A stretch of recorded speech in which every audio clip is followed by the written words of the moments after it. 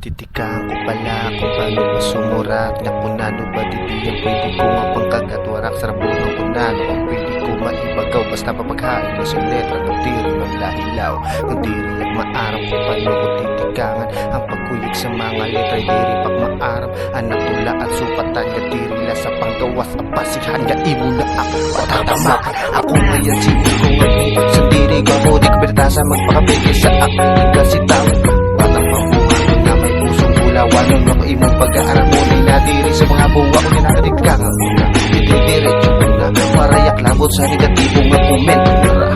maarap rumispeto sa maarap rumispeto pero diri ako buklan sa mga mapang-abuso di ako ang klaseng na angay na pag di naman yun kay maabot ang ataw na ako magpapalaro diri mapepekto pero diri nag-invento sa mga buwang na istorya para lang ang tayaw aram ko diri mo upay niya pagkakahimo di ko nalakon tayo nagitidiretso pero sige testing malay ni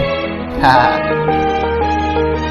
Let's go! Diri ko kailangan ng iyo mga opinion kay kundi malatunay ang iyong mga barangkod ang Diyos ko laan anay kung ang pamagitan ang kanyang mga langat ang tunay nga diri kuwa bisang papera ang ibong matitaya kaya ko pa maiya bisang mo pakiwara hindi nga pagkatao ay di na matutumba ang kakuri ang gay-nagayan ay di lang basta-basta ang kisariyan sa kapalaran na nakututuman ang kumaturbo ay ginaong di napabalikan ang kaya man sa kakurian ay akong natiganan nga diri ka titimay ko di mo na pag-agir kaya piliin mo ang tunay nga di sa iyong makakawakay kay dara mo pa ang bagay nga sa iyong makakaupay kay tanging Diyos gudla ang nanging tatapuran kay tanging Diyos gudla ang natong katalwasan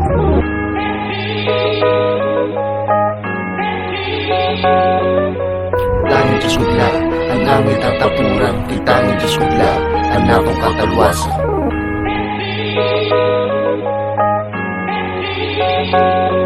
Waray kwenta in prinsipyo kung diri para sa Diyos Waray kwenta in kinabuhi kung diri para sa Diyos. Tignan mo